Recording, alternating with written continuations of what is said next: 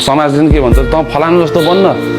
हेर त फलानुको छोरा कस्तो भयो होइन फलानुको बाउ कस्तो भयो फलानुको आमा कस्तो भयो फलानुको यस्तो भयो त पनि यस्तै बन्न भनेर भन्छ कि मान्छे धेरै समाजले त्यस्तो भन्छ कि भन्दैन तपाईँहरूले घरतिर यस्तो खालको बन्न भन्छ तर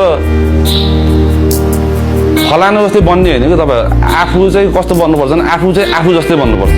होइन आफ्नो बेस्ट भर्जन निकालेर बन्नुपर्छ अब माछालाई बाँदर जस्तो बनेर रुख चढ भन्यो भने त्यो माछा त जिन्दगीभरसम्म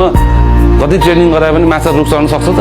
सक्दैन अब त्यो बाँदरलाई फेरि त माछा जस्तै बनेर समुद्र मुनि मुनि मुनि पौडी खेल्न जान्छ भनेर त्यसलाई जिन्दगीभर ट्रेनिङ गरायो भने उसले सक्दैन किन उसको नेचरै उसको रुख चढ्ने हो बाँदरको